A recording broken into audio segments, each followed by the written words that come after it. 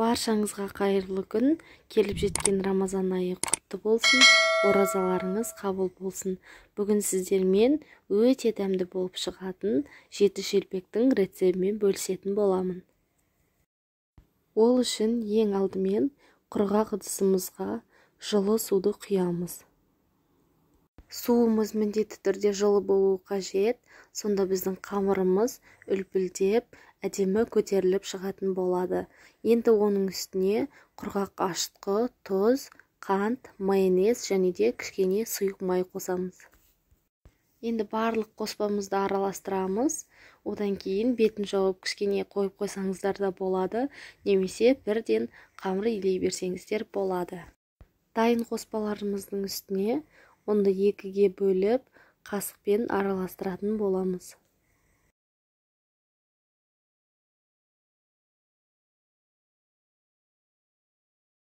Енді ұнымыздың екінші бөлігін қосып, жұмсақ қамыр илейтін боламыз.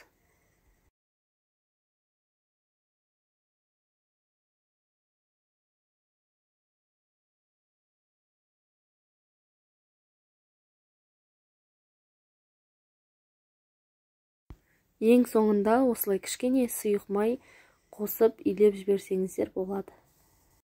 Енді иленген қамырымыздың бетін жауып, жылы жерге көтерілгенше қойып қоямыз.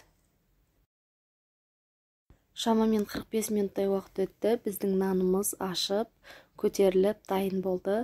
Астына ұн сеуіп жіберіңіздер, өйткені біздің нанымыз кішкене қолға жабысқақ болып келеді. Одан кейін дәл видеодағыдай 7 бөлікке бөліп, нанымызды дайындаймыз.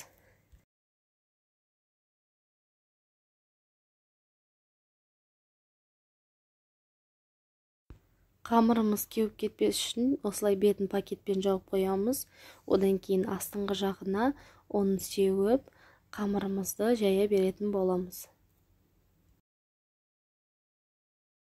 Біздің шелпектеріміз көтеріліп, жұмсақ болып шығатын болады. Сіздерге де дәл осы рецептпен жасап көруге кеңес беремін.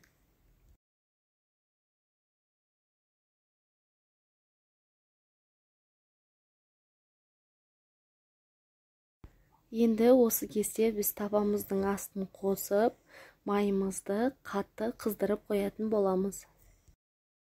Қатты қызып тұрған майымызда шелпектерімізді екі жағын қызарғанша пісіріп алатын боламыз. Май міндетті түрде қатты қызып тұруы қажет, сонда біздің шелпектеріміз майды бойына қатты сіңірмей, яғни көп мөлшерде сіңірмей, майлы болып шықпайтын болады.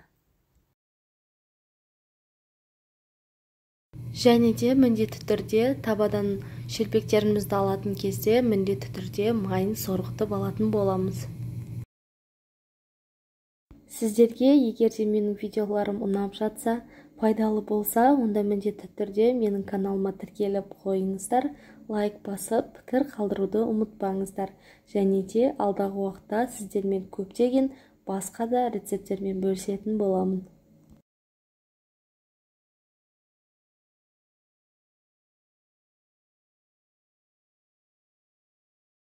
Осымен біздің шелпектеріміз дайын болды. Көріп тұрғандарыңыздай үлпілдеп, өте жақсы көтерілген және де жұмсақ болып шықты.